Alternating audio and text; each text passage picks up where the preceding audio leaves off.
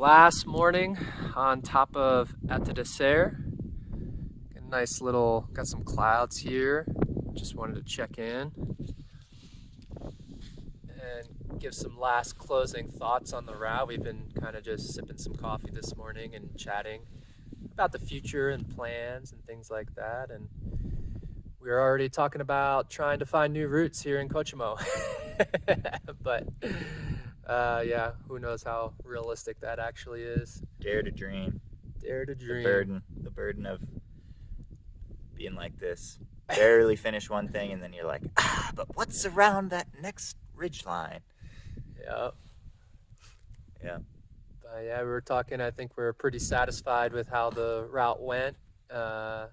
Did not get the first free ascent. The crux pitch is definitely mega hard. But the route is finished. It's ready for other people to climb. And we've got some, we have a few days left of the trip. It's a bummer. It's just going to be raining. So we're going to head back down to base camp and pack up our stuff and talk to some people in camp while it's raining. What do you think? Yeah, sweet. Yesterday, kind of last day on the route. It's just really fun. But it was a weird day with the rain and like pooping my pants. Turns out I didn't actually poop my pants. I checked this morning, but very close.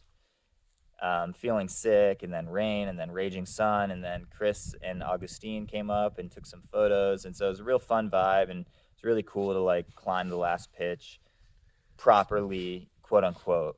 I placed all the gear on the way down, and I gave it a pink point effort, and yeah, it was really cool. It was a cool way to experience the pitch, to like properly lead it. I did well on it. Really happy with how that went. And but couldn't put it together. Probably not terribly far off from being able to do it. I don't know, but it was just a fun way to kind of wrap up the experience, and I'm not too butthurt about not being able to send. So I also just wanted to take a second here to talk about the Live Your Dream grant. That was one of the huge motivating factors behind actually following through with this trip. I first found this route in 2016. It's been haunting my dreams ever since, and I've always wanted to come back. And I came back in 2018, came back in 2020, never worked on the route, and eventually, I felt like I was experienced enough to be able to do this route, and I applied for the American Alpine Club Live Your Dream grant. And I got approved, and that was one of the helpful factors of making this trip all come together, was the grant that they sent, and I'm really appreciative of it, and I couldn't imagine this trip going any better. I mean, like, everything kind of fell into place. We got spectacular weather. Yeah, COVID sucked, getting into the country sucked, but everyone's dealing with that. And yeah, it's just,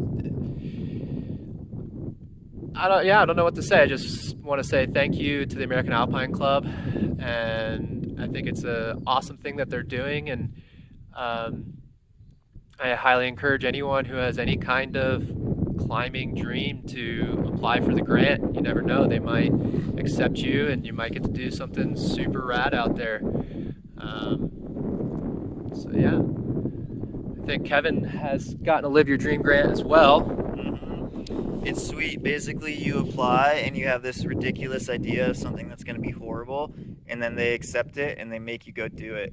They're like, you want to go do this first ascent? Yeah, you think that's going to be fun? Go do that. Here's some money. Go do that. And then you're out there and you're like, oh shit, this sucks. This is so much work. And they're all just in their office like, make them go, make them suffer. I think that was because Kevin just likes suffering and picked some nasty ass wall in Canada to go send. I think the whole goal of that trip was to suffer. I think when he did his application, it actually said, I want to suffer for 3 weeks. And they're like, okay, cool, here you go. But yeah, go ahead, apply for the American Alpine Club Live Your Dream grant, and who knows, your dreams might come true out here.